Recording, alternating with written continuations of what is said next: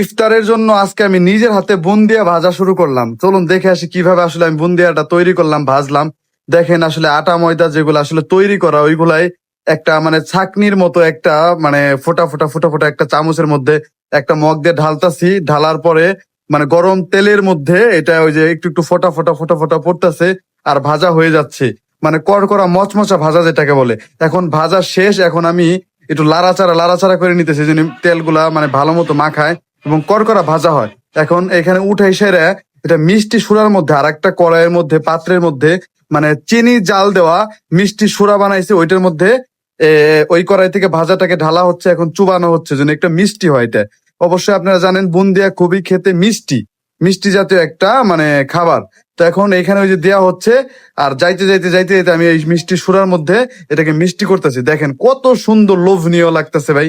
আসলে নিজের হাতে বাজা জিনিসগুলা খাবার বা তৈরি করে খাওয়া অনেক মজা।